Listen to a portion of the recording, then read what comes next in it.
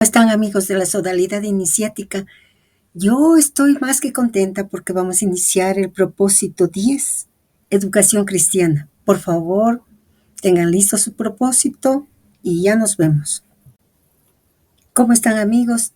Vamos a iniciar el propósito 10 que se llama educación cristiana. Está configurado por 3 capítulos. Uno, que es una carta muy interesante. Luego hay una introducción y continúa con el tema de educación cristiana. Como siempre, yo les he comentado que la manera tradicional de transmitir una enseñanza iniciática, una enseñanza sagrada, es la lectura del texto sin olvidarse ni de una coma, aunque a lo mejor alguna vez su amiga se saltó una línea sin quererlo. Y luego pues los comentarios. Y como siempre, los comentarios no son sino lo que ha visto el alma de su amiga, en lo que se ha detenido. Por eso siempre es fundamental que cada uno de nosotros medite sobre la enseñanza, sobre la transmisión que se le está dando, entregando el texto, la obra. Nuestro maestro es esta obra llamada Serrano de la Ferrier, y que lo que sienta nuestra alma, con nuestras circunstancias, con nuestras experiencias, con nuestro presente, lo que realmente haga que vibre nuestra alma. Y a lo mejor, más que seguro, que será algo diferente a lo que esta alma siente, vibra. Por eso el comentario es eso, simplemente un comentario, una lectura. No es la lectura. La lectura es la obra. Así es que, recordando ese pequeño gran detalle, vamos a empezar a leer el propósito psicológico. Mahatma Chandravala Ratnavar Belanjan, Agra, India, al gran rabino de Jerusalén, Rabbi Sholem. Tuve la ocasión de conocer al Dr. Senger, rabino de Melbourne, durante mi estancia en Australia, y le hice partícipe de mi interés por el judaísmo en general y por la Santa Kabbalah en particular. Me propongo escribir un librito para el gran público que no estará dirigido hacia una creencia particular y en el cual deseo dar algunas luces sobre la Biblia y más especialmente sobre el Génesis. En mi conversación con el Dr. Senger, les puse mi punto de vista sobre la cosmogonía de Moisés y la necesidad para mí, no israelita, de encontrar una autoridad rabínica.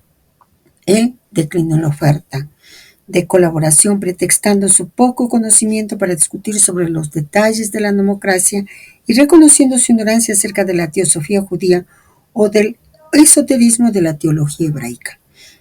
Es indispensable, sin embargo, que yo haga supervisar no tanto la traducción del hebreo, sino sobre todo la idea filosófica que debe estar acorde con los grandes patriarcas.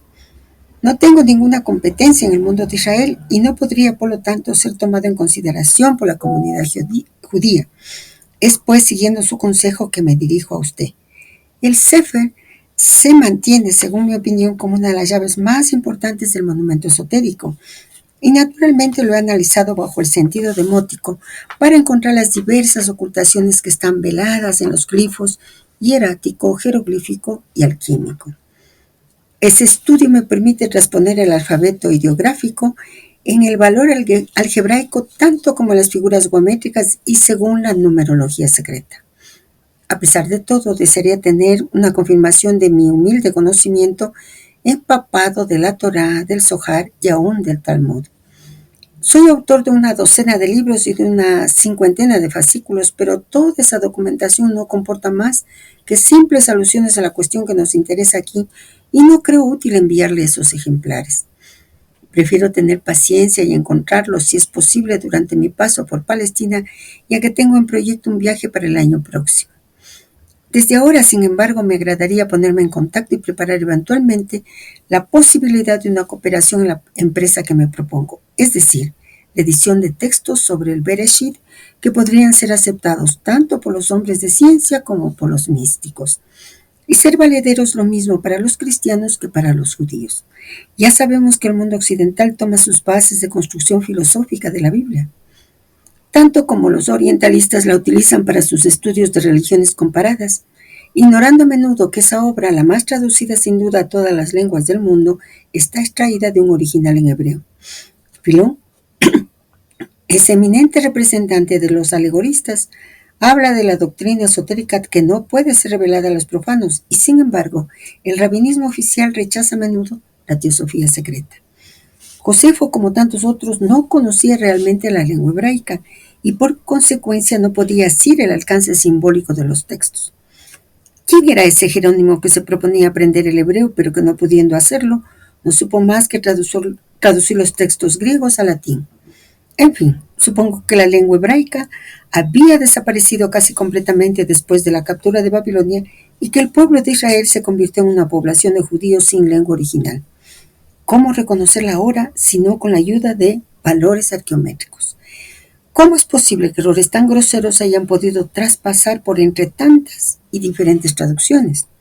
Por ejemplo, tomar la teba por narca en forma de barco, el yaín por el vino por el cual Noah se embriagó.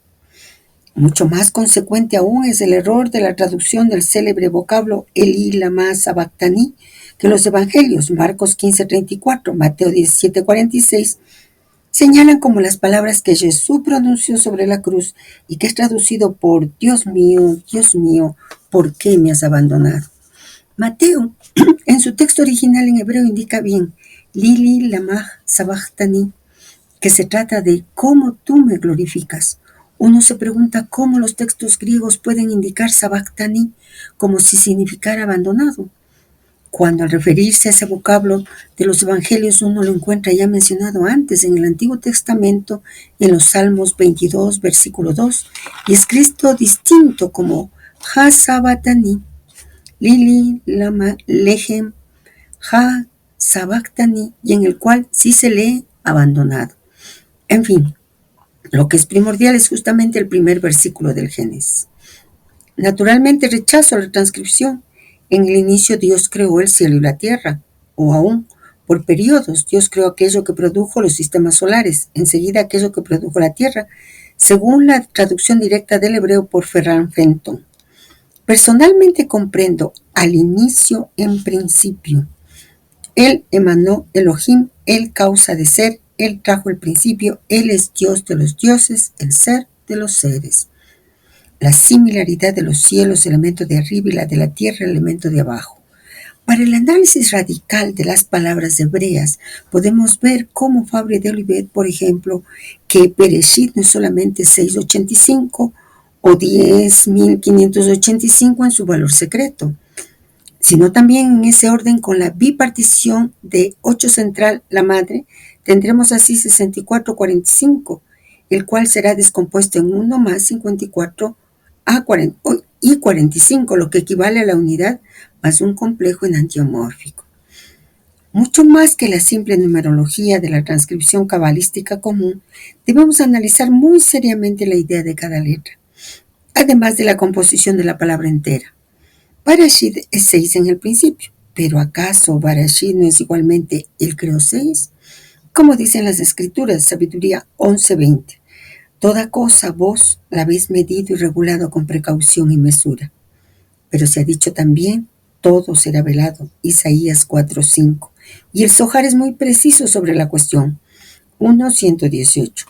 Pienso naturalmente en el sello de Salomón tan importante en las magias ceremoniales y he hecho numerosos estudios sobre esas 6 ramas de la estrella de David. En fin, paso sobre los comentarios a propósito de Elohim, que no es ciertamente Dios, Yod-He-Vau-He, y que la teología cristiana habría podido aceptar así tratándose de Adonai sin que se tratara de Jehová. En este caso, Elohim es mucho más la emanación del árbol sefirótico más allá de la corona Keter, un poco como Shem Han Forash.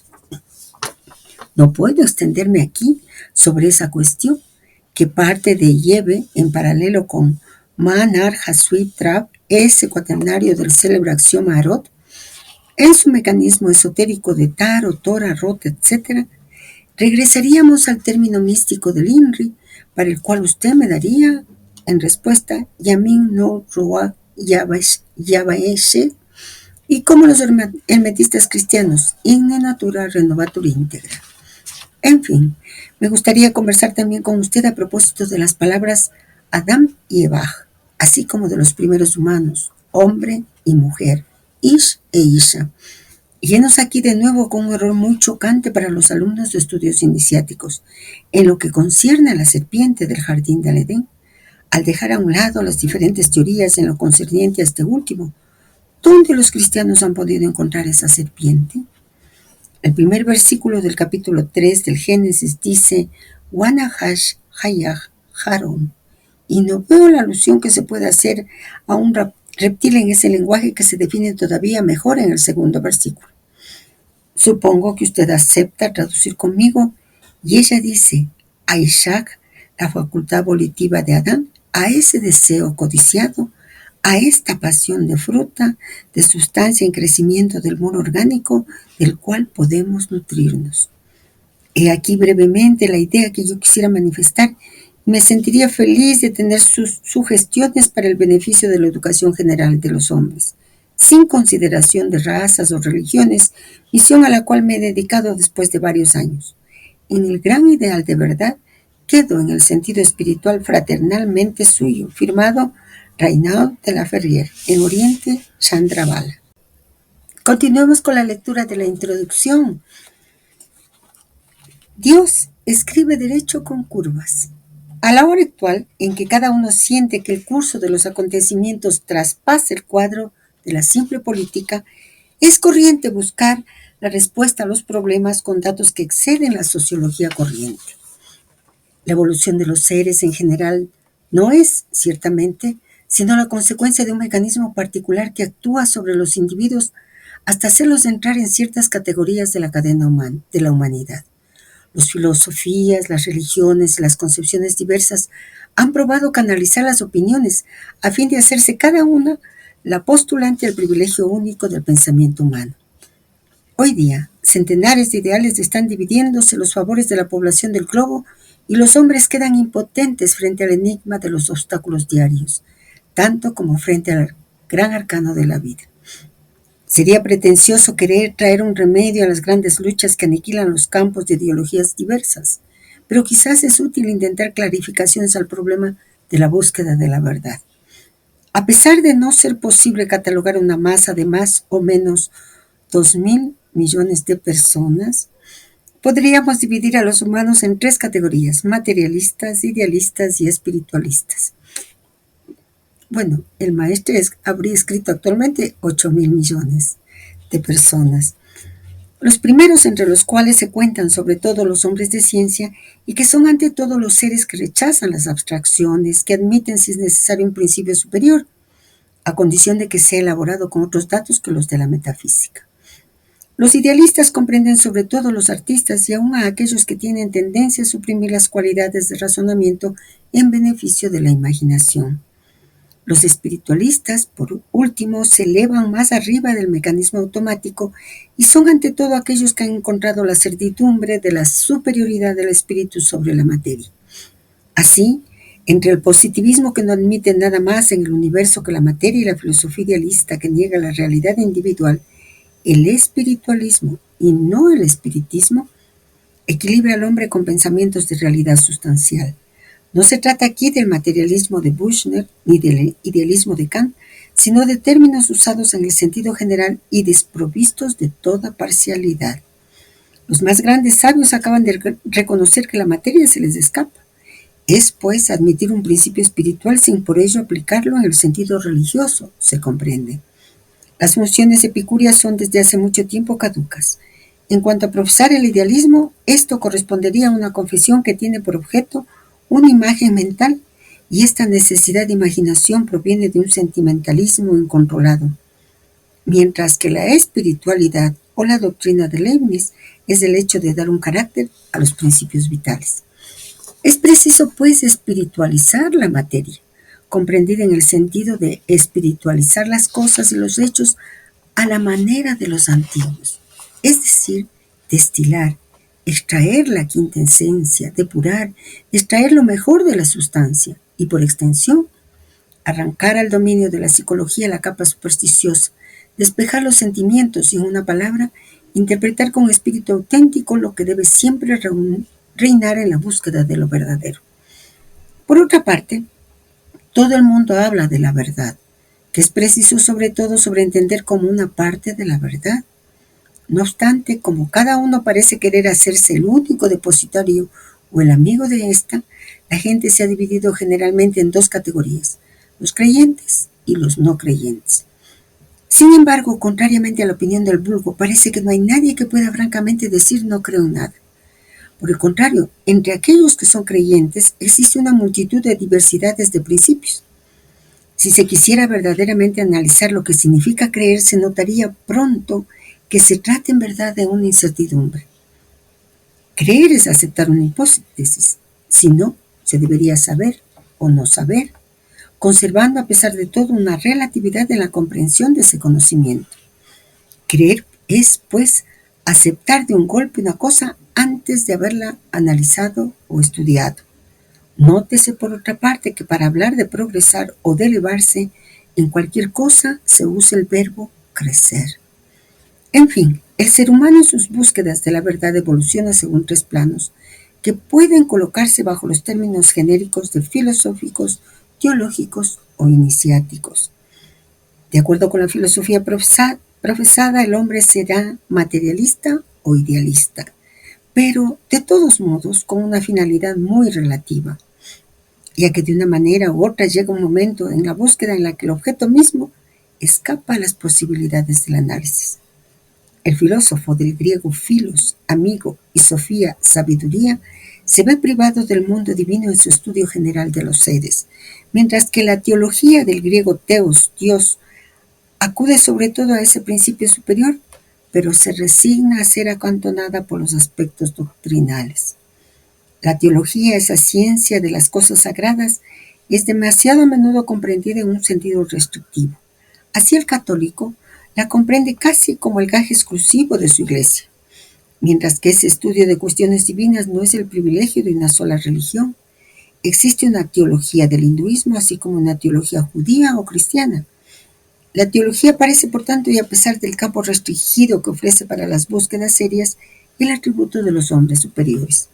Santo Tomás de Aquino la definía como sigue: la teología tiene por objeto el conocer a Dios, no solamente por aquello que es en sí mismo, sino también según que es el principio y el final de todas las cosas. Introducción a la Suma, capítulo 2, del 1 a 7. En la tradición iniciática no hay principio ni fin. Es el dominio de un plano supremo, profesado por los grandes maestros. El filósofo es el amigo de la sabiduría. El iniciado es el sabio, simplemente. Entre la filosofía y la iniciación, la teología se ofrece a los profanos que salen del plano vulgar, pero no listos aún a la comprensión esotérica. El filósofo registra las nociones humanas. El teólogo se inclina hacia aquellos del dominio divino. El iniciado coordina el todo con un espíritu de síntesis para ir más allá de las condiciones habituales del análisis. Como ya lo hemos visto, en toda cosa hay una tesis, una antítesis, una síntesis, para finalmente establecer la matesis. En el dominio que nos interesa aquí, la filosofía representa la tesis, la teología, la antítesis, y la síntesis es caracterizada por el iniciado, que perfeccionándose se convertiría en el maestro que simboliza la matesis. Dado que muchos de nosotros no tenemos formación filosófica o teológica, podemos profundizar sobre algunos temas que se consideran en esta introducción. Eso nos va a ayudar a hacernos las preguntas apropiadas para nuestra alma. ¿Qué implica lo que nos está diciendo en la introducción?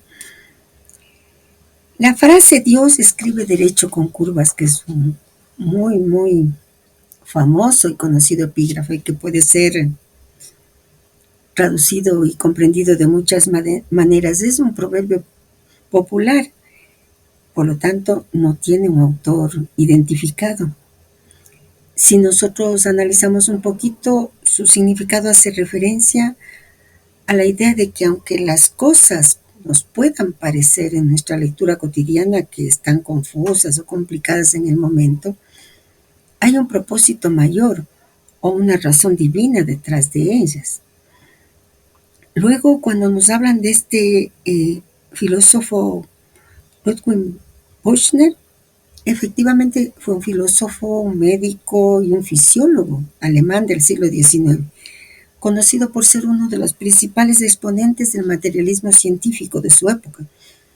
Su obra más destacada fue Fuerza y Materia, que la publicó en 1855.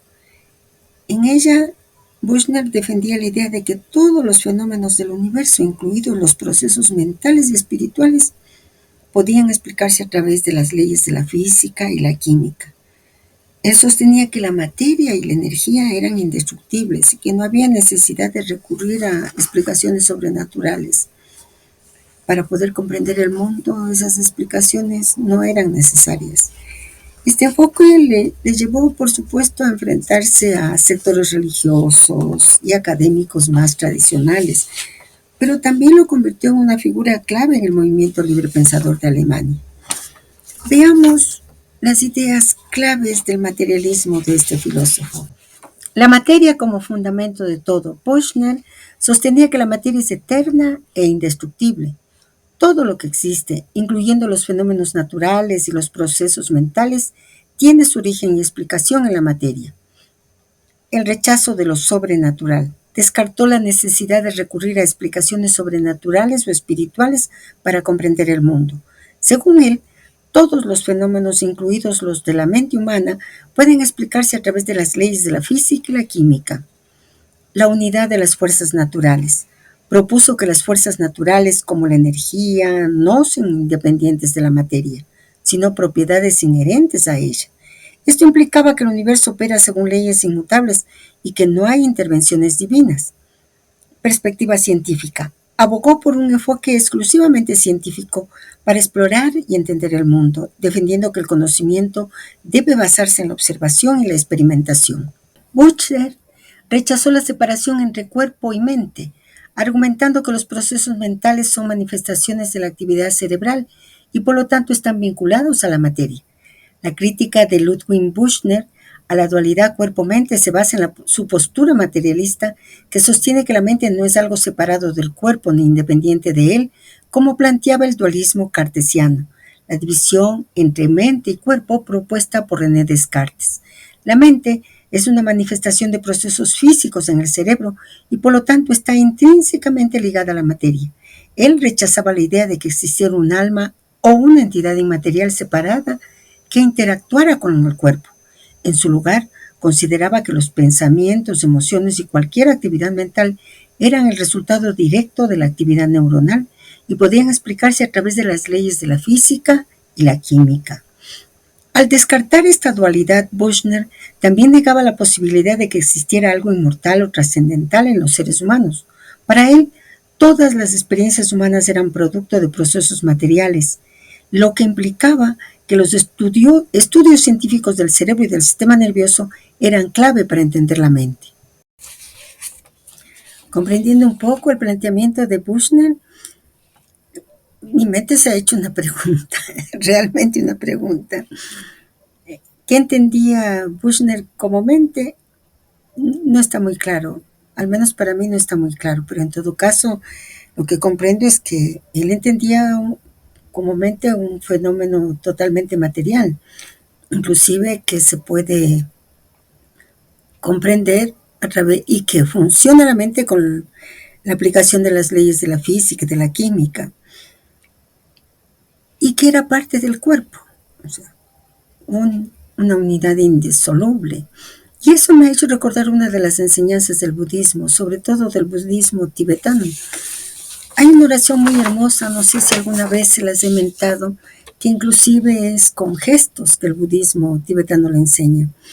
Hay una oración de ofrenda a ese Dhyani Buda primordial que dice: yo te ofrendo mi cuerpo, y se topa uno acá, mi palabra y mi mente, y se topa en el corazón.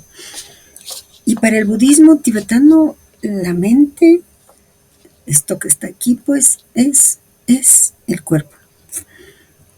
Y veo que hay una conexión interesante con la visión budista. Aunque el budismo también considera la mente, es cierto, con el cuerpo en el sentido funcional, reconozco que lo hace desde una perspectiva diferente.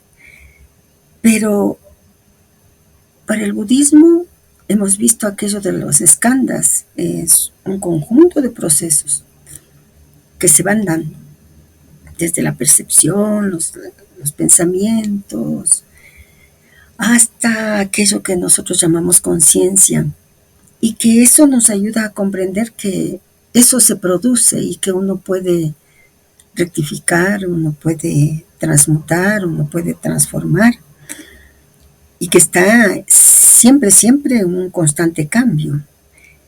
Pero el budismo señala con claridad que todo esto que se llama los skandhas y que lo hemos visto en uno de los propósitos anteriores, interactúan con el cuerpo como parte de un sistema interdependiente. Yo también un poco me preocuparía del planteamiento de Descartes cuando señala que son dos cosas diferentes, cuerpo-mente, porque de alguna manera, en mi experiencia, no es que creo, pero voy viendo que somos una unidad, esa unidad de la que tanto hablamos, planteada por Pablo, cuerpo, alma, espíritu. Entonces, sinceramente, Buchner debe haber tenido dudas al respecto desde su posición materialista, y en ese sentido él no ignoró el tema del alma, pero la descartó, parece ser deliberadamente. Y lo que él plantea respecto a los experimentos, nosotros vemos cómo la neurociencia nos va diciendo que la alimentación en esa unidad, en ese sentido de cuerpo y mente como unidad, las actitudes que tenemos, la falta de ejercicios, todo eso incide en nuestra mente. Por lo tanto, va viendo que hay una unidad, sin negar ese principio superior, sin que la neurociencia tome ese tema, pero se va viendo y se va comprendiendo esa unidad, inclusive la unidad entre cerebro, corazón, intestinos, como hemos analizado en anteriores propósitos. En fin, parece ser que lo importante es que nosotros tengamos los otros puntos de vista y que veamos qué es lo que hay en común, qué es lo que nos posibilita acercarnos a esa verdad con mayúsculas. Luego, pues, viene el pensamiento de Kant. Vamos a escuchar qué implica ese pensamiento en lo que el propósito psicológico está planteando. Kant argumentaba que el conocimiento no es simplemente una copia pasiva de la realidad externa. En cambio, el sujeto tiene un papel activo al estructurar la experiencia a través de formas a priori, como el espacio y el tiempo y categorías del entendimiento. Según Kant, solo podemos conocer los fenómenos, es decir, las cosas tal como se nos aparecen, porque están condicionadas por nuestras estructuras mentales. La cosa en sí, o noumeno, que sería la realidad independiente de nuestra percepción, es inconocible. Kant estableció que el conocimiento humano está limitado por estas estructuras a priori, lo que significa que no podemos acceder a una realidad objetiva en sí misma, sino solo a cómo ésta se manifiesta a través de nuestra percepción. Por estas razones se le llama idealista, ya que considera que la realidad tal como la conocemos está mediada por las estructuras de nuestra mente. Sin embargo, su enfoque es trascendental porque no niega la existencia de una realidad externa, sino que se centra en las condiciones que hacen posible el conocimiento. Nos hacemos expertas en hacernos preguntas, ¿verdad, amigos? Sí, surge otra pregunta porque nosotros hemos visto en anteriores propósitos, aunque sea poco, con el inmenso conocimiento que el Vedanta puede darnos, de que el Vedanta también nos plantea que la realidad no es percibida por nosotros, dado que todos nosotros tenemos constructos mentales, hábitos mentales, y que la realidad la vemos a través de esos hábitos mentales, de esos condicionamientos. Lo mismo dice la neurociencia. Y nosotros pensamos, nos autoengañamos que la realidad es tal cual nosotros la percibimos, pero El Vedanta nos plantea, sobre todo en su forma Advaita, que percibimos como la realidad está influenciada por las condiciones mentales que cada uno de nosotros manejamos. Coincide, por lo tanto, con Kant. Claro que tengo que aceptar que Kant tiene una perspectiva racional del mundo europeo, pero que hay coincidencia con esta visión espiritual metafísica, porque el Vedanta es absolutamente metafísico, una perspectiva no solo de la razón, pues esa convergencia no hay cómo negarla. Y más bien podríamos decir que tanto Occidente como Oriente estuvo encontrando esas verdades, esas respuestas a las preguntas fundamentales que la humanidad se ha hecho desde que es humanidad. Continuemos con nuestro propósito. Conozcamos algo sobre el planteamiento de la filosofía epicúrea, contrarrestándolo con el estoicismo para que podamos ver, dado que estamos encontrando analogías, podamos ver cuál es la diferencia, porque tanto los unos como los otros tienen como objetivo fundamental buscar la felicidad. Para el epicureísmo, el objetivo principal es alcanzar el placer, definido como la ausencia de dolor físico y perturbación mental. Para el estoicismo, el objetivo principal es vivir de acuerdo con la naturaleza y alcanzar la virtud considerada el único bien verdadero. El medio para la felicidad, para la filosofía epicúrea, es evitar los deseos innecesarios, enfocarse en placeres simples y naturales y cultivar la amistad. Para los estoicos, aceptar lo que no se puede controlar, utilizar la razón para mejorar las emociones y actuar con justicia, sabiduría, coraje y templanza. Y la visión que tenía la filosofía epicureísta sobre los dioses y la muerte era que los dioses no intervienen en la vida humana y la muerte no debe temerse porque es simplemente la ausencia de sensación.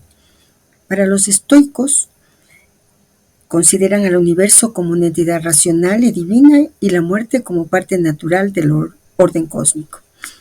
La comparación clave entonces sería: el epicurismo prioriza el placer como meta, mientras que el estoicismo lo considera irrelevante frente a la virtud. En cuanto al control emocional, ambos valoran la paz mental, pero el estoicismo se centra en controlar las emociones, mientras que el epicureísmo busca evitar perturbaciones externas. Y respecto a la adaptación a circunstancias externas, los estoicos parten de la necesidad de aceptar y abrazar las dificultades, mientras que los epicúreos buscan evitarlas activamente. Bueno, ya tenemos elementos como para ir conociendo un poquito más sobre el planteamiento de estas escuelas filosóficas y los puntos de coincidencia. Hay un filósofo que ha mentado el maestro, que es Leibniz. Él nos dice: la espiritualidad o la doctrina de Leibniz es el hecho de dar un carácter a los principios vitales. Aunque sea de una manera sintética, conozcamos algo del pensamiento de este filósofo.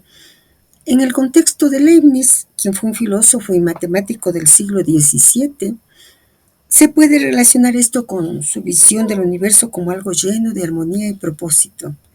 Para él, consideraba seriamente que todo tenía un principio vital o razón y que el universo estaba gobernado por un plan racional y lleno de sentido. En otras palabras, dar carácter a los principios vitales sería interpretar y organizar esos principios de una manera que nos revelen un propósito mayor o una conexión con una verdad universal.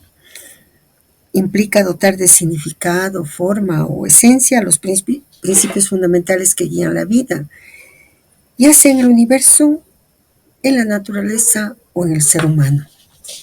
Nosotros podemos ver que él está utilizando los 3 niveles de esa ley de Trinidad que hemos hablado. Lo que a continuación nos dice la obra está al alcance de nuestra comprensión. Ya lo hemos visto, nos han entregado el conocimiento para aprender las diferencias entre filosofía, iniciación, y teología. Sin embargo, el último párrafo con el que el maestre está terminando la introducción parecería ser que es muy importante que lo recordemos, que lo retengamos para la comprensión de la obra, puesto que nos van a repetir no tal cual está dicho en ese párrafo, pero es un planteamiento que lo vamos a ver a lo largo de la obra, hasta el 36º propósito psicológico. Por eso su amiga se permite volver a leerlo. Como ya lo hemos visto, en toda cosa hay una tesis, una antítesis, una síntesis, para finalmente establecer la matesis. En el dominio que nos interesa aquí, la filosofía representa la tesis, la teología la antítesis y la síntesis es caracterizada por el iniciado, que perfeccionándose se convertiría en el maestro que simboliza la matesis. ¿Cómo comprender esto? Bueno, mi alma dice de alguna manera que a través de la tesis, de la antítesis, nosotros recibimos esos conocimientos valiosos, valiosos, que guían nuestra meditación. Pero esa síntesis está caracterizada por el iniciado, nos señala, en la medida en que realicemos, en la medida en que hagamos ese objetivo de vida, el que transforme nuestras vidas. Ahora, sí es importante señalar algo que dicen todas las tradiciones.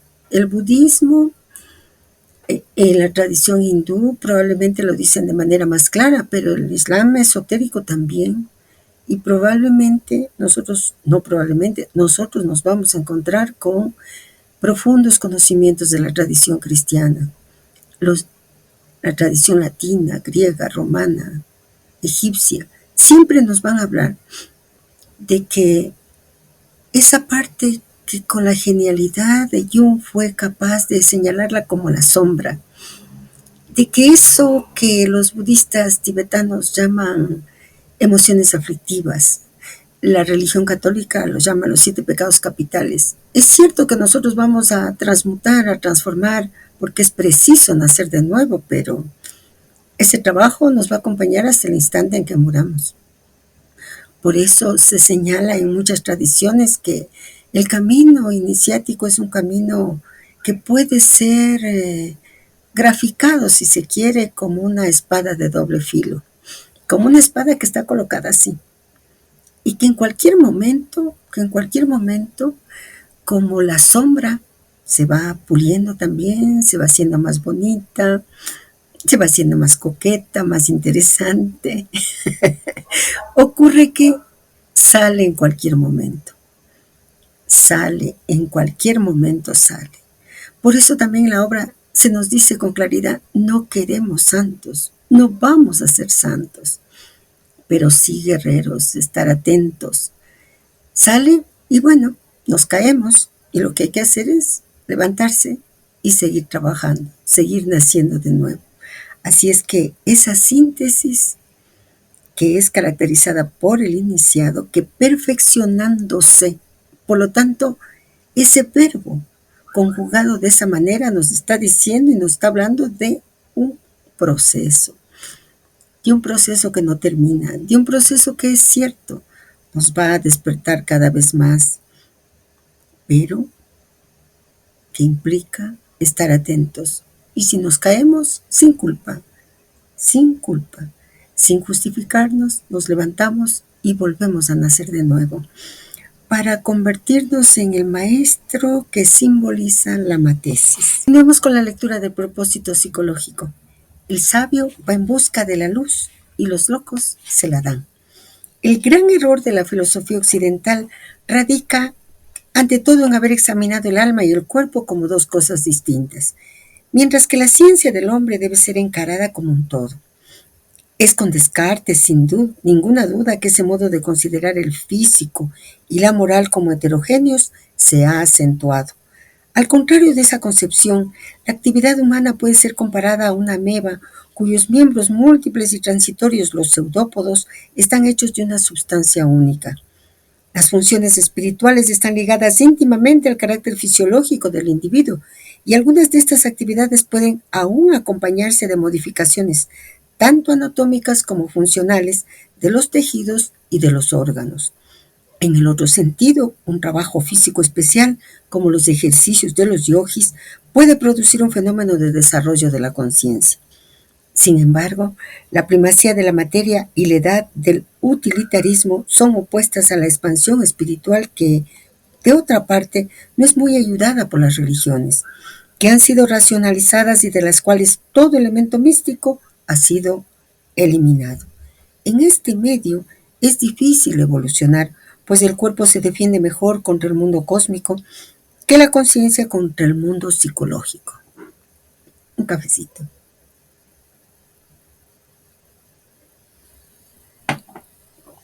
Él se protege contra las incursiones de los agentes físicos y químicos con la piel y la mucosa intestinal, mientras que la conciencia tiene fronteras completamente abiertas, como lo ha dicho también Alexis Carrel. A pesar de todo, aún en medio de la muchedumbre, es posible encontrar la soledad como lo proclama Marco Aurelio. Puedes retirarte en ti mismo si lo quieres y cuando lo quieras. Es en ese momento de aislamiento que se presenta la primera meditación sobre nosotros mismos. Por ejemplo, descubrimos que siendo el mismo ser, cambiamos y no somos idénticos a como éramos en el pasado. Esa impresión de alguna cosa indefinible es sin duda debida al isocronismo y a la heterocronía de las células. Sabemos, por cierto, que nuestro organismo, sin dejar de ser la misma entidad, se transforma constantemente a medida que el tiempo transcurre. Pero la conciencia, sobre todo ella, toma diversos aspectos en la infancia y en la madurez. Los elementos que nos constituyen parecen tener ellos también su propia conciencia, y el fenómeno que hace que cada elemento del cuerpo se acomode con los otros y los otros con él, toma un aspecto teleológico, pues se adapta y se modifica como si conociera las necesidades actuales y aún futuras del conjunto. Nuestra individualidad propia tiene su base en lo más profundo de nosotros mismos, escribe el autor del hombre ese desconocido. Y entre los seres humanos que se han sucedido sobre la Tierra, no se han hallado dos, sin duda, que tengan una constitución química idéntica. La especificidad del individuo depende probablemente de la disposición interior de gruesas moléculas procedentes de la combinación de los haptenos y de una proteína. El profesor Richter ha demostrado que existe una personalidad humoral, así como una personalidad psicológica. En fin, podemos preguntarnos, sabiendo que el género de alimentación transforma nuestro organismo, si la experiencia mística no debería empezar con el estadio de la disciplina física, como la Hatha Yoga lo enseña. Por otra parte, como la individualidad es una cosa en sí, única en sí, el proceso de evolución espiritual de un hombre no puede ser idéntico para otro y cada uno puede perfeccionar su propia realización.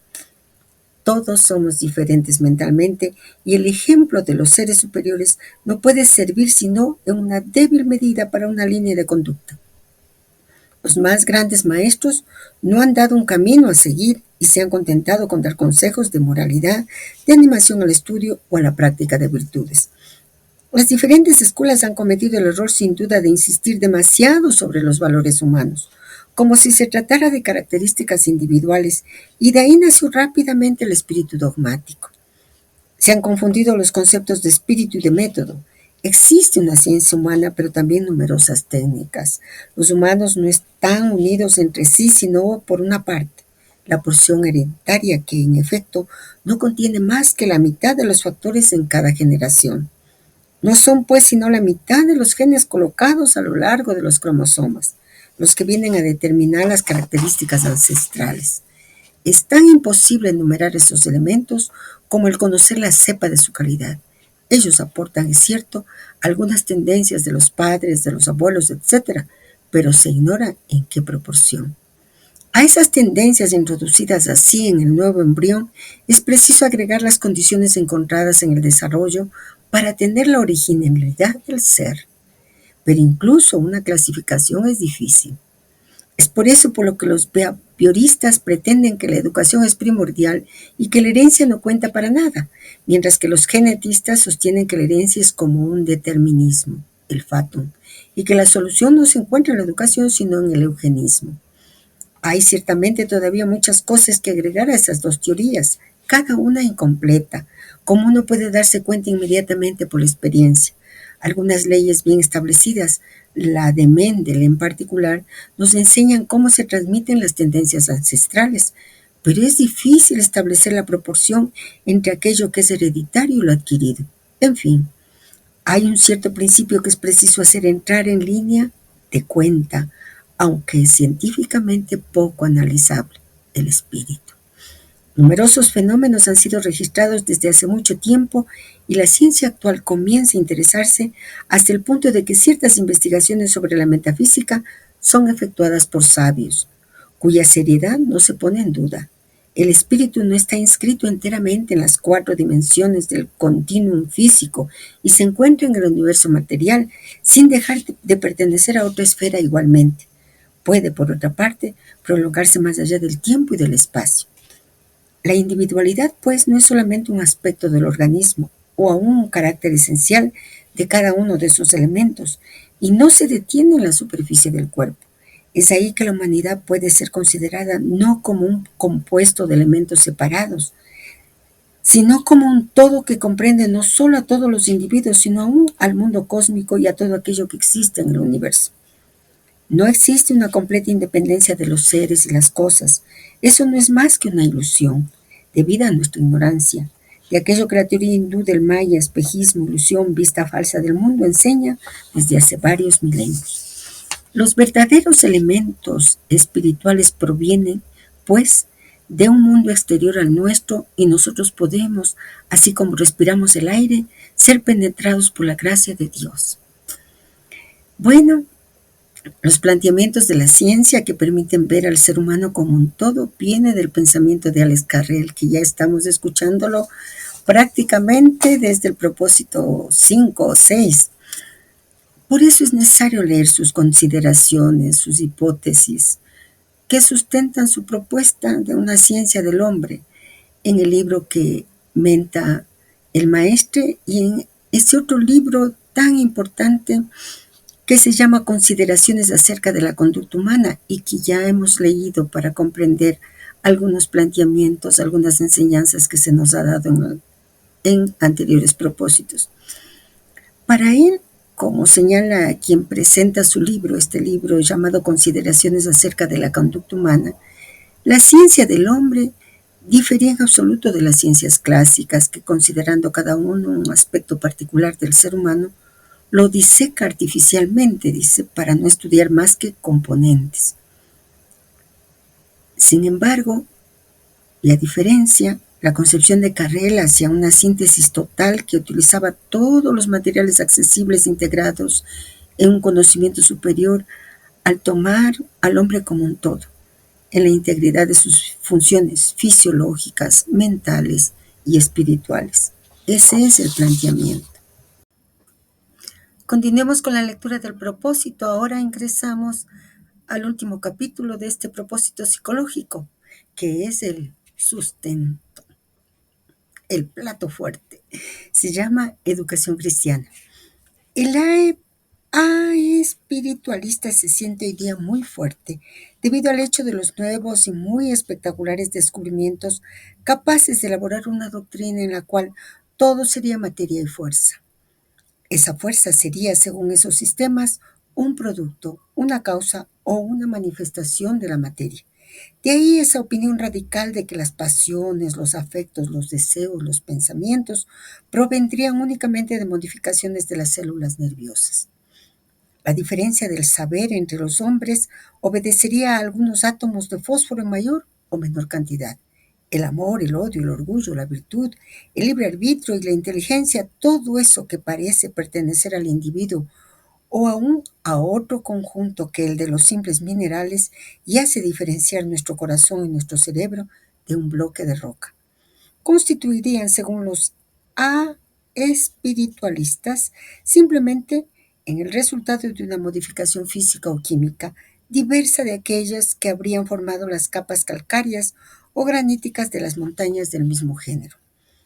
Ese grupo de espiritualistas es, sin embargo, muy importante en nuestros días, en una masa humana que no posee más la fe religiosa y carece aún de suficientes conocimientos científicos. El espiritualismo es el refugio de los semisabios, categoría muy vasta, animada por un ciego fanatismo de dirigentes poco preparados y educados, ellos mismos, ya que esa doctrina no cuenta con pensadores verdaderos o reales sabios. Al contrario, el espiritualista profesa una concepción de un principio, inclusive al alma viviente infinita. El espíritu para él es el alma viviente, mucho más allá de la vida o del alma que nosotros conocemos habitualmente, así como el fuego elemental es superior al fuego que nosotros consideramos en física. En efecto, el espíritu es anterior también al alma y a la vida, así como Agni, ese fuego elemental, lo es a la naturaleza, a la vida o al alma, que son a su vez superiores a la energía mecánica y a la materia. El espíritu es el prana, el elemento sutil de la energía vital del alma viviente. Es la chispa divina desatada de la esencia eterna, creadora omnisciente esta, a la cual aquella regresará después de un número de evoluciones. El ser humano está compuesto, según la aceptación de diversas doctrinas, aparte de las cuestiones de terminología, de tres cuerpos, dominios o planos, a saber, un cuerpo físico somaticón o envoltura material, un cuerpo astral psíquico o doble, que es la materia plástica llamada a menudo alma, y en fin, de un cuerpo espiritual neumático o esencia divina. Solo el espíritu es eterno. Los otros dos cuerpos son perecederos y no sirven sino de vehículos a la chispa superior que debe recorrer su cielo antes de regresar al origen. Al principio, Dios emana de sí mismo Barashit, y esa creación es inteligente pero inconsciente. Vara es la condensación por la materialización de una energía concentrada Sinsun, y esas gotas de quinta esencia forman los espíritus que, tomando una forma primeramente fluídica, cuerpos etéreos, se materializan cada vez más debido al hecho de la densidad de las vibraciones hasta el punto de volverse físicos, manifestación en el mundo materia. De inmediato el espíritu deberá liberarse de nuevo, primero de una manera abstracta por el pensamiento que regresa a su fuente, elevando su principio hacia el origen, búsqueda de la verdad. En caso de éxito se produce el yug, identificación. Si no, será preciso esperar la desintegración de la materia, muerte del cuerpo físico, para que parcialmente el espíritu pueda elevarse con la ayuda del alma, que le sirve de trampolín para la proyección en las esferas, donde él será tonalizado para ser proyectado de nuevo sobre la Tierra con posibilidades nuevas, evolución siguiente según el ritmo de las reencarnaciones y en consecuencia de la ley de causa-efecto, el karma, o vivificando hasta fusionarse con el absoluto. Esa evolución se hace más o menos rápidamente según la voluntad y la aspiración del ser, tanto como por los medios empleados. Iniciación.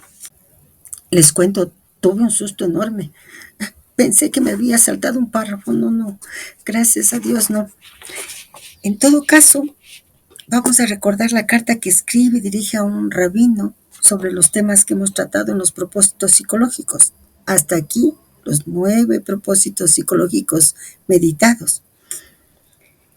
Ahora, en este propósito y en educación cristiana, nos presenta de manera sintética ese conocimiento iniciático que nos ha costado meditar 9 propósitos. ¿Qué es nuevo? Realmente nada nos es nuevo. Sin embargo, ahora dice con claridad aquello que sentíamos era una comprensión en nuestro camino. Solo el espíritu es eterno. Refiriéndose a uno de nuestros cuerpos, dominios o planos, y dice, los otros dos cuerpos son perecederos y no sirven sino de vehículos a la chispa superior que debe recorrer su cielo antes de regresar al origen. Desde la cábala, la alquimia y otras tradiciones, para nosotros está claro que solo el espíritu es eterno y es el que realiza su retorno si no se cumplió con la misión en la tierra. Sin embargo, de esa claridad logramos sentir que nos habla a nosotros directamente. Nos muestra el mecanismo de involución cuando nos muestra de dónde vienen esas gotas de quinta esencia.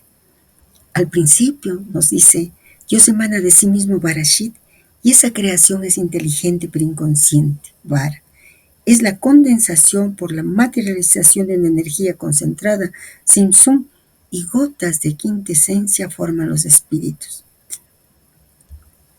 Forman esos espíritus que encarnan, que descienden, que tomando una forma primeramente fluídica a cuerpos etéreos, esas almas o psíquicos se materializan cada vez más debido al hecho de la densidad de las vibraciones hasta el punto de volverse físicos, manifestación en el mundo materia, es decir, en nuestros cuerpos. Esa gota de quintesencia es el grano de mostaza de la cual enseña Jesús. Nosotros somos ese neumático eterno y con más humildad podemos decir, en nosotros está ese neumático eterno y nos están mostrando su descenso. Esa gota es el espíritu que deberá liberarse de nuevo, primero de una manera abstracta por el pensamiento que regresa a su fuente, elevando su principio hacia el origen, búsqueda de la verdad. En caso de éxito se produce el yug, identificación. ¿Qué implica todo esto? Tomar conciencia de que el iniciado tiene como tarea construir un cuerpo astral de fuego elementario, Fujat. Tomar conciencia de que su búsqueda de la verdad, el tema central de los propósitos psicológicos, permite que el espíritu eterno se libere. De que cuando hablamos de nuestra liberación, realmente es la liberación de él. Caso contrario, cuando la amiga muerte nos dé su abrazo final, se dará la desintegración de la materia. Nos dicen muerte del cuerpo físico para que parcialmente el espíritu pueda elevarse con la ayuda del alma, que le sirve de trampolín para la proyección en las esferas, donde él será tonalizado para ser proyectado de nuevo sobre la tierra con posibilidades nuevas. Evolución siguiente según el ritmo de las reencarnaciones y en consecuencia de la ley de causa-efecto, el karma, o vivificado hasta fusionarse con el absoluto. Esa quintesencia, ese espíritu eterno que yace en nosotros, volverá al samsara, esa eterna rueda de transmigración. Y lo que nos están señalando es que potencialmente en esta búsqueda de la verdad nosotros podemos liberarla. La carta inicial del maestro se muestra más clara, más diáfana. Realmente está dirigida a nosotros. Nos exhorta a recordar todo lo transmitido y luego de posibilitarnos ver quién realmente se libera, nos habla de la iniciación. Escuchemos lo que a continuación nos dice en el propósito psicológico.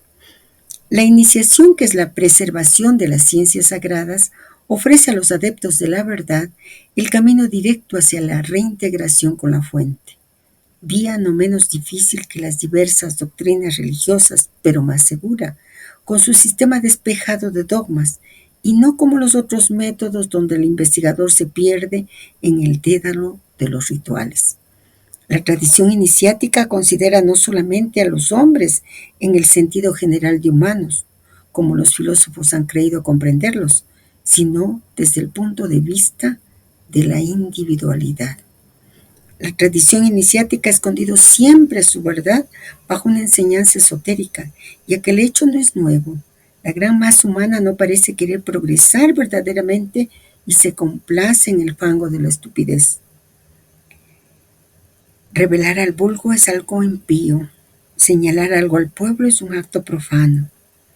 Todos los grandes maestros han dicho que ha sido perjudicial ofrecer la luz a los vulgares, lo cual el Cristo Jesús ha resumido por no echéis perlas a los puercos. Aquellos que quieren instruirse verdaderamente en las cosas divinas encuentran la ruta. Buscad y hallaréis. ¿Qué es un llamado al trabajo? Buscad y encontraréis. Es la regla esotérica que es como un aliento al estudio y no a la supresión de la experiencia iniciática en beneficio de la pereza. El grado iniciático se adquiere no solamente por el conocimiento debido al equipaje intelectual, sino por el verdadero saber, acompañado de una aplicación práctica de las virtudes adquiridas. No se trata aquí del grado que se puede obtener durante el curso de la iniciación especulativa en algunas sociedades secretas o órdenes llamadas místicas o grupos de ocultismo. El verdadero grado de iniciado es un estado al cual el individuo ha llegado. Es su auténtico nivel de evolución. Es un plano físico, psíquico en el cual el organismo es modificado tanto como lo mental. Es el estado suprahumano en cierto sentido y el individuo puede entonces actuar sobre un mundo extraterrestre. La iniciación verdadera cuenta así 7 grados que se manifiestan a medida que se realice el desarrollo completo de las 7 glándulas endocrinas, que otorgan cada vez nuevas facultades hasta el despertar total de los 7 sentidos del individuo. La misma Iglesia Católica ha conservado esa idea de los privilegios iniciáticos, componiendo su organización eclesiástica por grados. Sin embargo, de todas maneras, esos grados más bien son representativos y no realmente pertenecientes al dominio de la iniciación. Seguidamente de las 4 órdenes menores, portero, lector, exorcista y acólito, vienen las órdenes mayores con el subdiaconado, en primer lugar, que permite ser consagrado al servicio de la diócesis, y el diaconado, que da el privilegio de sermonear y bautizar solemnemente. El diácono puede también leer el evangelio en público y sirve cerca al altar. El sacerdocio permite decir la misa. Es preciso ser sacerdote para tener el derecho de perdonar los pecados. Y por último, el episcopado, que es el estadio de sucesor de los apóstoles. La tradición iniciática hace descansar la evolución a través de los grados, sobre bases esotéricas muy profundas que piden una explicación demasiado extensa para ser expuesto en el marco restringido de estos cuadernos. Cada grado es el resultado de un desarrollo íntimo del ser y corresponde a un estadio en los diversos planos de nuestro mundo, tanto como en las diversas esferas del universo. Hemos analizado ya esos grados en nuestras obras precedentes, serie de los grandes mensajes, y el mecanismo fue expuesto en el número 2 de nuestros propósitos psicológicos. La Gran Fraternidad Universal, en su calidad de dirección espiritual mundial, está compuesta de un movimiento de organización iniciática bajo la autoridad de un triple magisterio. El número mismo de integrantes en cada uno de los 7 grados está en relación con un símbolo esotérico, cuyo sentido propio explicado matemáticamente escapa a los profanos. Los miembros de esta institución pueden llegar a un número ilimitado, ya que, como su nombre lo indica, la fraternidad engloba todas las creencias y reúne una multitud de agrupaciones. Sin embargo, el cuerpo verdadero de ese movimiento comienza con los alumnos de los colegios iniciáticos. Se puede observar el cuadro que está en el propósito psicológico. Mientras tanto, vamos a leer el propósito. Una vez preparados en las escuelas de sabiduría, los adherentes pueden convertirse en pequeños novicios, título honorífico, antes de ser verdaderamente iniciados bajo el primer grado de novicio. Sin embargo, no es sino hasta el segundo grado que los miembros pertenecen verdaderamente al santuario. Esos afiliados, que son 360, como para simbolizar los 360 grados de un círculo, forman realmente la circunferencia del mundo de los hombres verdaderos. En el tercer grado, los adeptos, en número de 108, son como el emblema de las virtudes esotéricas de ese mismo número, que caracteriza igualmente en el zodiaco los 108 ramos. En el cuarto grado, los elegidos se convierten en instructores en número de 72 para cada era, a fin de manifestar los 72 semidecanos de la astrología tradicional. Los 22 discípulos son los justos del quinto grado, que simbolizan los arcanos que instruyen el mundo iniciático. Los alfabetos de las grandes lenguas madres fueron construidos también sobre 22 letras. En fin, los 12 misioneros del sexto grado son los verdaderos apóstoles de una era que llevan el mensaje real para la humanidad. Son los depositarios de la totalidad de la enseñanza, como los 12 signos zodiacales simbolizan toda la influencia del cosmos. Más allá del círculo, ver el dibujo en los centros iniciáticos, vienen los 3 maestres que reúnen el infinito y son como el símbolo de la triple manifestación divina. En fechas bien definidas se consagran los nuevos iniciados, a pesar de que la ceremonia no sea más que un acto de confirmación al grado ya alcanzado, ya que, repitámoslo, el grado iniciático no es una cosa que se pueda conferir, sino un estado, un estadio, un plano que el ser debe recorrer por sí mismo. El ceremonial iniciático no es sino la señal exterior de un grado ya obtenido anteriormente. Es pues el reconocimiento y la transmisión de poder por un hermano superior y más anciano en la vía de la evolución. El solsticio de invierno 22 de diciembre corresponde a los Getuls, pero la fiesta del noviciado es a menudo pospuesta al 25 de diciembre. El 18 de enero corresponde a los afiliados. El paso del sol al grado cero de la eclíptica. Equinoccio de primavera, 21 de marzo, simboliza la iniciación de los adeptos. Los gurúes o instructores tienen como emblema conmemorativo el 1 de mayo y el solsticio de verano, el 22 de junio, corresponde a la fiesta de los discípulos, mientras que el equinoccio de otoño, 23 de septiembre, marca el Día de los Misioneros y el Festival del Maestro es fijado para el 7 de octubre. El maestro insiste sobre algo muy importante. Lo repite varias veces en este propósito.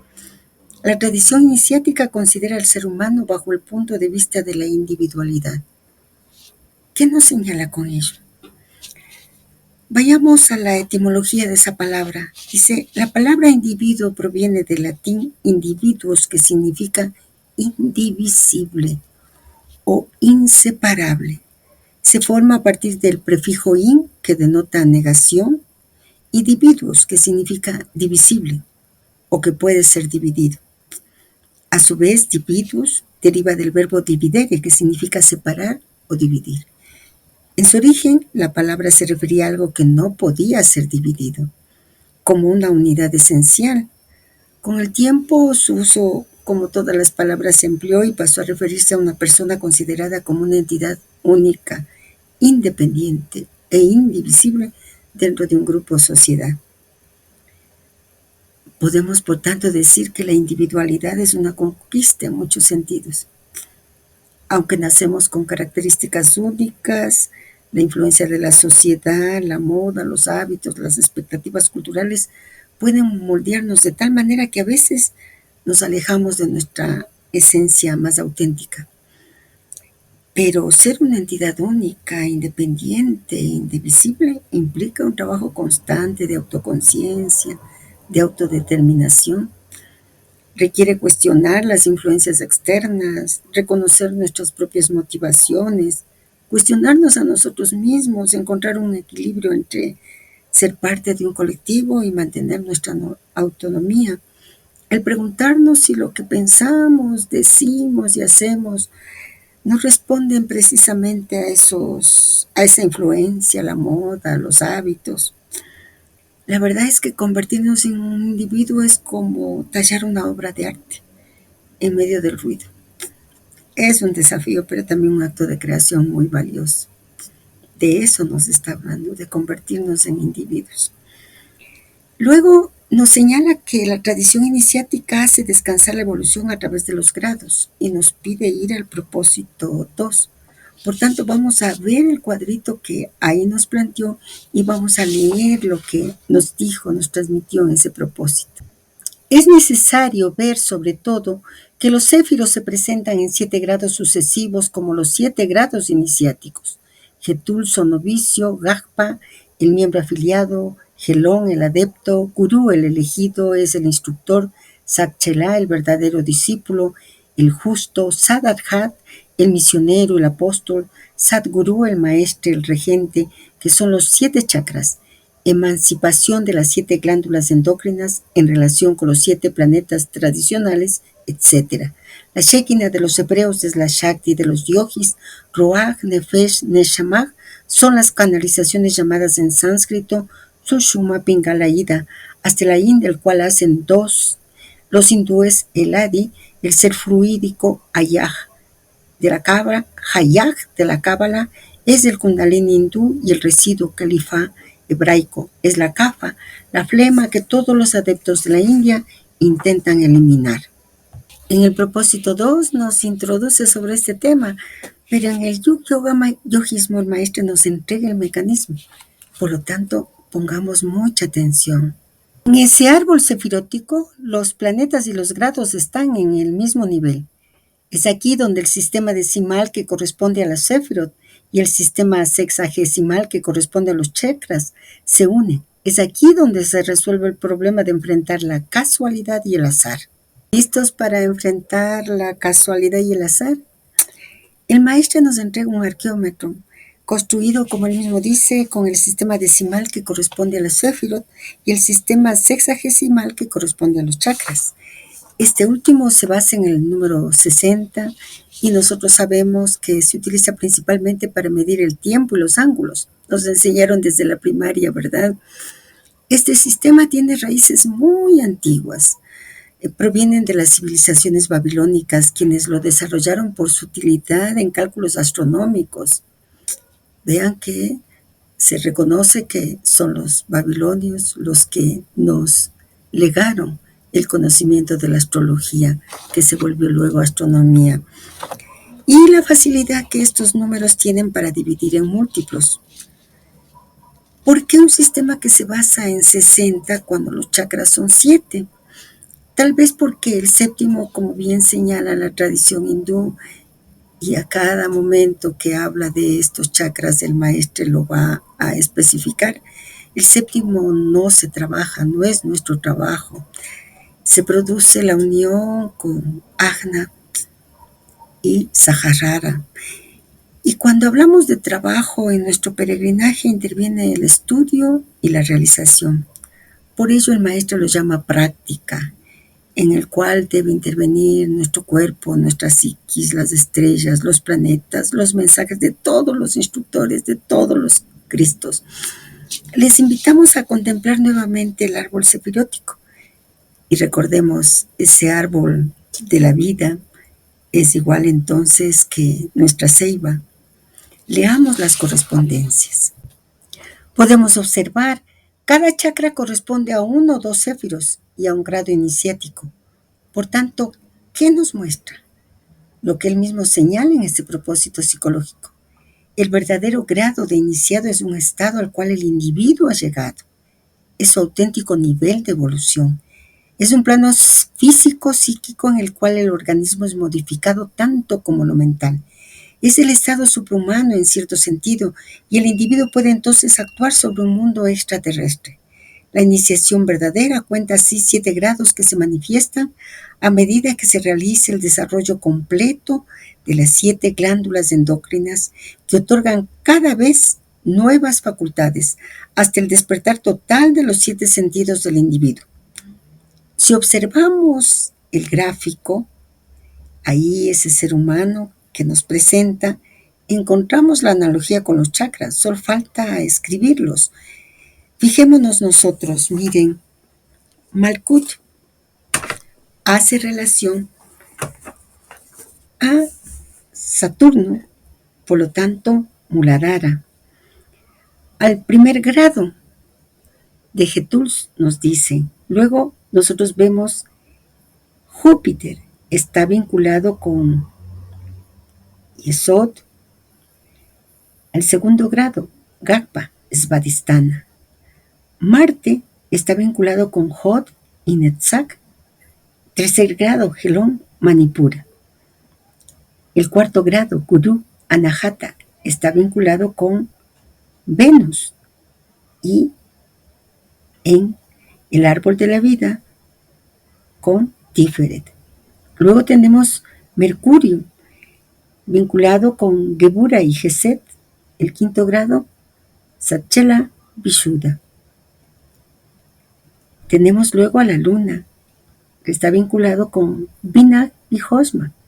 El sexto grado, Sadarhat, Agna, Agna Chakra.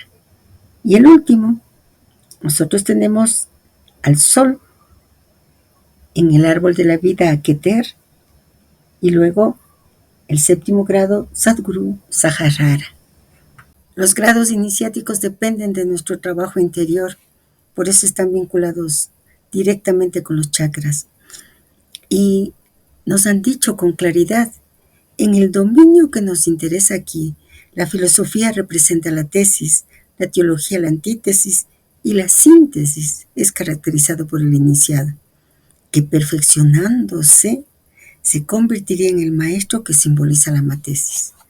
Así que, para liberarle, es necesario trabajar con nuestro interior. Todo el primer cuadrito que vimos sobre los grados iniciáticos, también nosotros podemos meditar sobre los números que aparecen: 360, 108, 72, 22, 12. Una excelente fuente para meditar sobre estos números es el diccionario de símbolos. Ahí podemos encontrar sus múltiples significados, la relación entre ellos y llegar a la comprensión de por qué están vinculados con los grados iniciáticos. Los neognósticos tienen igualmente 7 fiestas conmemorativas, pero parece ser que sus grados son una copia de la francmasonería especulativa. Sin embargo, no se puede negar la importancia simbólica, pero bien a menudo parece que los miembros de las sociedades secretas ignoran todo de las razones esotéricas de esas bases reales, que así son pasadas a un ceremonial sin valor y únicamente para agradar el constante deseo de sus miembros por el misterio. Continuemos con la lectura del propósito psicológico. Los gnósticos han dividido su enseñanza en 7 esferas de 3 categorías, a fin de respetar las lecciones dadas por los colegios de Grecia, depositarios ellos mismos de una parte de las ciencias sagradas traídas de los santuarios de Egipto. No es solo en el mundo cristiano o en las esferas extremo orientales que se reencuentran esos 7 grados. Por todas partes y en todos los tiempos parece ser que ha existido el septenario en los grados, las fiestas, las ceremonias, etc. Los ismaelitas tienen también dais, instructores, que enseñan según los 7 grados alcanzados.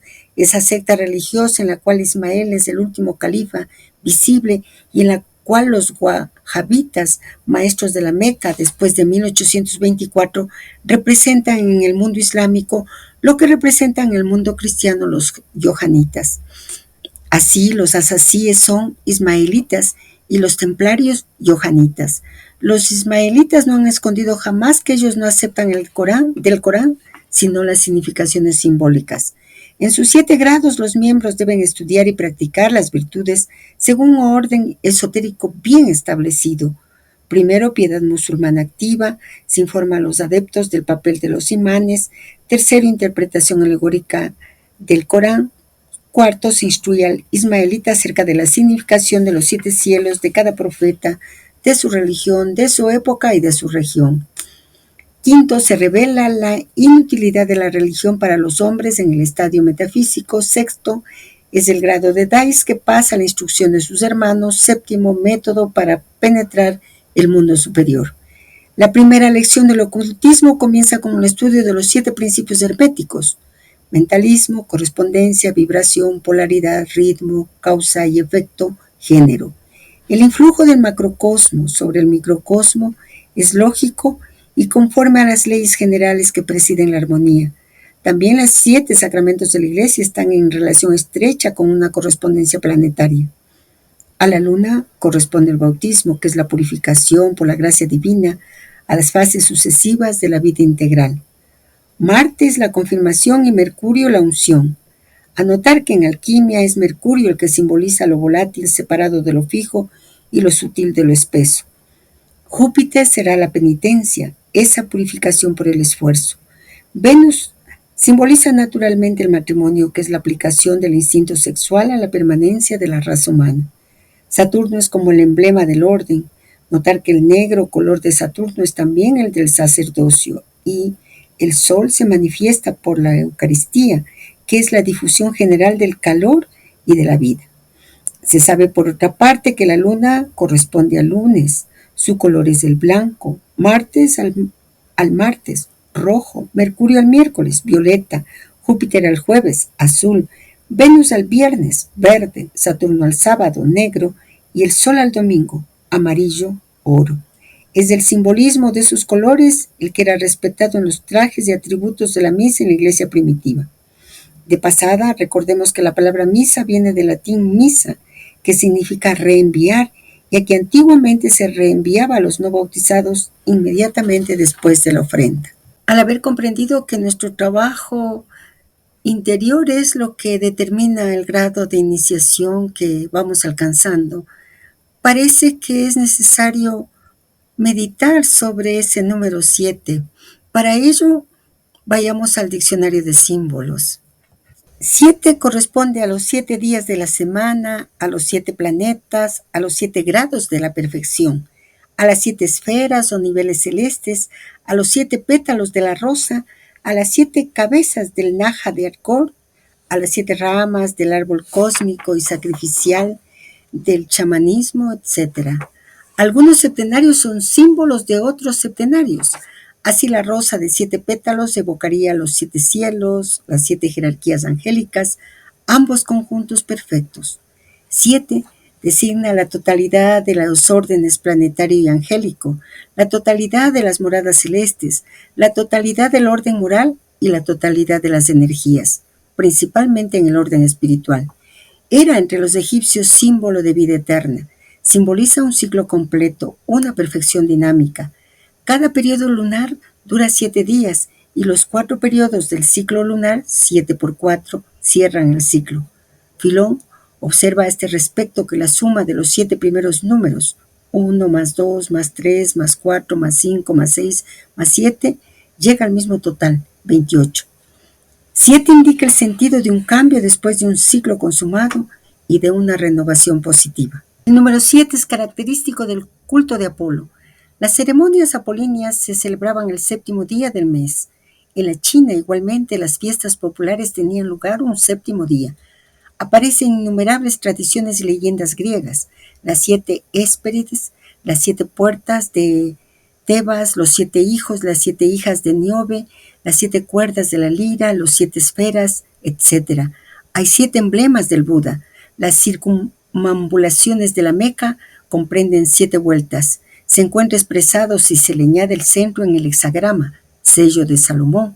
La semana comprende 6 días activos más un día de descanso, representados por el centro. El hexagrama tiene 6 ángulos, 6 lados o 6 brazos de estrella, desempeñando el centro el papel de un séptimo. Las 6 direcciones del espacio tienen un punto medio o central que da el número 7.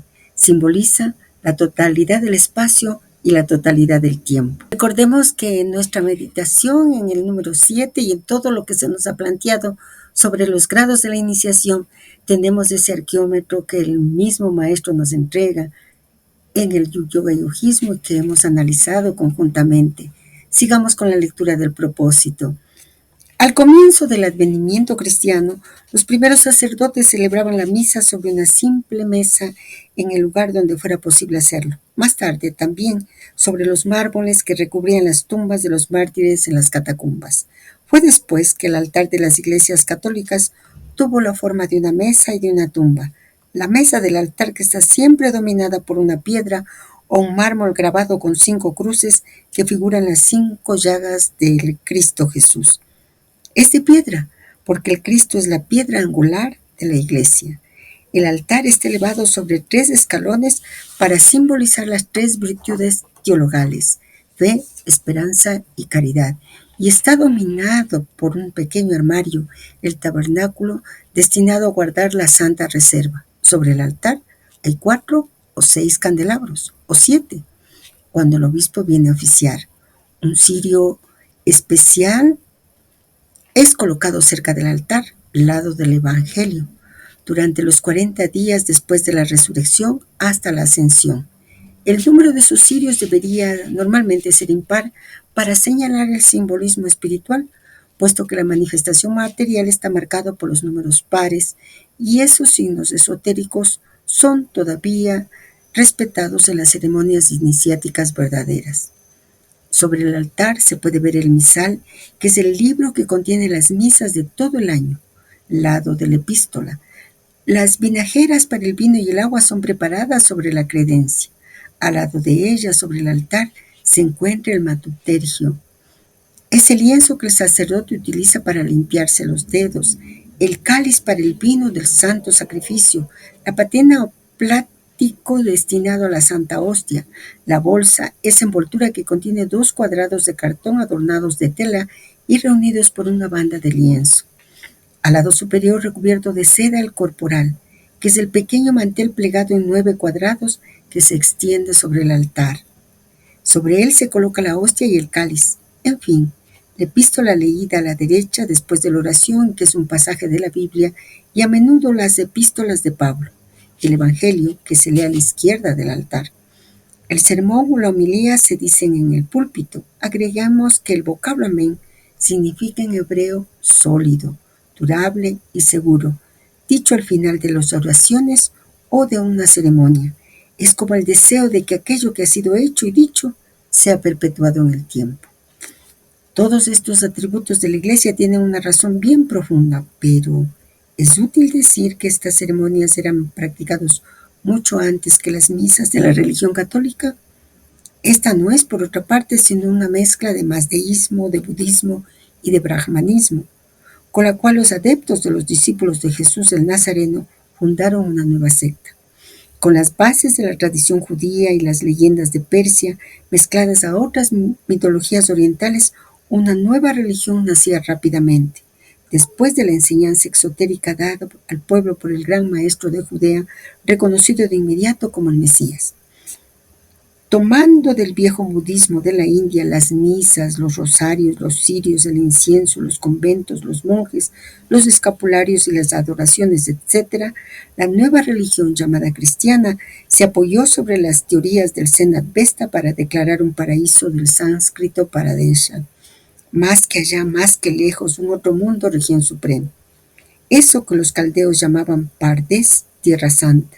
El cristianismo tomó igualmente del zoroastrismo el príncipe de las tinieblas, Arimán, así como la idea de los santos y de los ángeles guardianes, los mismos genios y espíritus conocidos en el magismo desde la más alta antigüedad. De hecho, poco quedaba de las verdaderas bases de las enseñanzas crísticas en el nuevo cristianismo. Sin embargo, los crísticos, igual que milenios antes de su existencia, han proseguido su obra iniciática tradicional después de la llegada del gran instructor. Pero los cristianos en su mayoría han ignorado completamente la existencia de ese movimiento bastante esotérico. En efecto, aún los cristianos de nuestros días ignoran en su mayoría las 30 sectas que reclaman para sí mismas el título de verdaderos cristianos, y sobreentendiendo a menudo que ellos son los herederos directos de la enseñanza del Cristo Jesús, mientras que él daba su lección tradicionalmente y siempre en el orden de una supresión precisamente de todas las sectas, en beneficio de una gran fraternidad universal, como todos los otros grandes instructores que lo habían precedido. No se trata, por supuesto, de sectas protestantes muy numerosas también que vinieron a engrosar más tarde el número de las divisiones, con los luteranos, calvinistas, reformados, evangelistas, etc.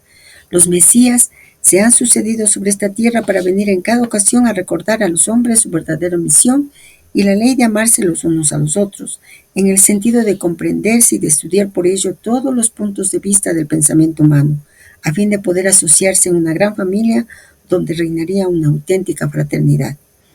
A pesar de que el término griego católico significa universal, los católicos de religión se hallan en minoría ante los grandes movimientos budistas, brahmanistas o islámicos, ya sean los Cristos, los avatares o los Budas. Todos han sostenido el mismo lenguaje y ofrecido una enseñanza casi idéntica. El sermón de la montaña de Jesús no es diferente del discurso de Benares de Gautama.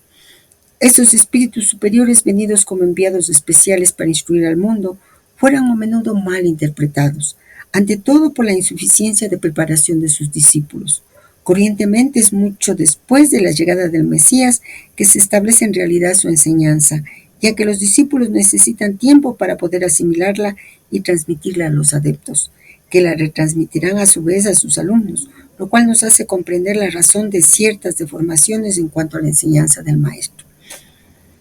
El Maestro nos plantea que el cristianismo es una mezcla de mazdeísmo, de budismo y de brahmanismo, de bases de la tradición judía y las leyendas de Persia, mezclados a otras mitologías orientales, y que en base a todo ello una nueva religión nació rápidamente.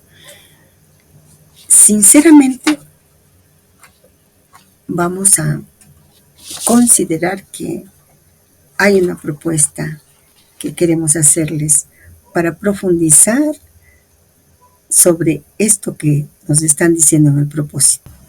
Antonio Piñero es considerado actualmente como uno de los expertos más grandes a nivel mundial sobre el Nuevo Testamento y el cristianismo primitivo. Es este experto quien nos dice que el título de su conferencia que estamos viendo en el banner debe decir Orígenes y no Origen, porque el cristianismo es un proceso totalmente dinámico que tardó siglos en constituirse totalmente y que no tiene un solo fundador, sino que tiene varios y varios orígenes. Él dice, debo también corregir el origen y decir orígenes de los cristianismos. ¿Por qué? Porque estoy convencido, después de muchos años de estudios, que ninguna sola idea del cristianismo es original. La propuesta, por tanto, es escucharlo con atención, pues nos ayudará a alcanzar la comprensión de por qué se nos habla en varios propósitos sobre esos orígenes. Piñero nos invita a repensar en Jesús y considerar que la pluralidad de interpretaciones de Jesús es enorme. Bueno, luego de escuchar a Antonio Piñero, que es la invitación para completar nuestra meditación a este propósito, el maestro señala que aún los cristianos de nuestros días ignoran en su mayoría las 30 sectas que reclaman para sí mismas el título de verdaderos cristianos, y sobreentendiendo a menudo que ellos son los herederos directos de la enseñanza del Cristo Jesús. Es necesario conocer que desde los primeros siglos del cristianismo se dieron discrepancias entre la Iglesia de Oriente y la de Occidente, como se las identificaba. Estas discrepancias se intensificaron a medida que el Imperio Romano se dividió en dos partes: el Imperio Romano en Occidente, con Roma como su centro, y el Imperio Bizantino en Oriente, con Constantinopla como su capital. Vamos a ver cuáles son esas sectas que reclaman y que conforman la tradición cristiana. Orígenes de las diferencias. En Occidente se hablaba latín, mientras que en Oriente predominaba el griego. Esto no solo afectó la comunicación, sino también la interpretación de textos religiosos. La caída del Imperio Romano de Occidente en el siglo V dejó a la Iglesia de Roma como una de las pocas instituciones fuertes en esa región. En contraste, en Oriente, el Imperio Bizantino seguía siendo una potencia política y cultural, lo que dio a la Iglesia de Constantinopla un papel diferente. Las diferencias en la doctrina, como la controversia sobre el filioque, la procedencia del Espíritu Santo, comenzaron a surgir, mientras que Occidente añadió y del Hijo al credo niceno, Oriente se opuso a este cambio. Aunque las tensiones se acumularon durante siglos, el cisma formal ocurrió en 1054, cuando el Papa León IX y el patriarca Miguel I Cerulario se excomulgaron mutuamente. Este evento marcó la separación oficial entre la Iglesia Católica Romana y la Iglesia Ortodoxa Oriental. Una de las principales discrepancias teológicas fue la visión sobre el Espíritu Santo. La Iglesia de Occidente, liderada por Roma, añadió la cláusula filioque al credo niceno, afirmando que el Espíritu Santo procede del Padre y del Hijo. Por otro lado, la Iglesia de Oriente, con sede en Constantinopla, sostenía que el Espíritu Santo procede únicamente del Padre, como se estableció originalmente en el credo. Además de las iglesias ortodoxas griega y rusa y la de Iglesia Cristiana Copta, existen varias otras iglesias que forman parte de las tradiciones orientales del cristianismo. Estas se dividen principalmente en tres grupos: las iglesias ortodoxas orientales, las iglesias ortodoxas orientales no calcedonianas y las iglesias católicas orientales. Iglesias ortodoxas orientales. Estas iglesias aceptan las decisiones del Concilio de Calcedonia 451 y están en comunión entre sí. Iglesia Ortodoxa Serbia, Iglesia Ortodoxa Rumana, Iglesia Ortodoxa Búlgara, Iglesia Ortodoxa Georgiana, Iglesia Ortodoxa de Antioquía, también conocida como Iglesia Ortodoxa Siria. Las iglesias ortodoxas orientales no calcedonianas no aceptaron el Concilio de Calcedonia y tienen tradiciones teológicas y litúrgicas propias. Iglesia Ortodoxa Copta de Alejandría, Egipto, Iglesia Ortodoxa Siria, también conocida como Iglesia Jacobita, Iglesia Apostólica Armenia, Iglesia Ortodoxa Etíope, Tehuajedo, Iglesia Ortodoxa Eritrea, Tehuajedo, Iglesia Ortodoxa Malankara, India. Iglesias católicas orientales. Estas iglesias están en comunión con Roma, pero conservan las tradiciones litúrgicas orientales.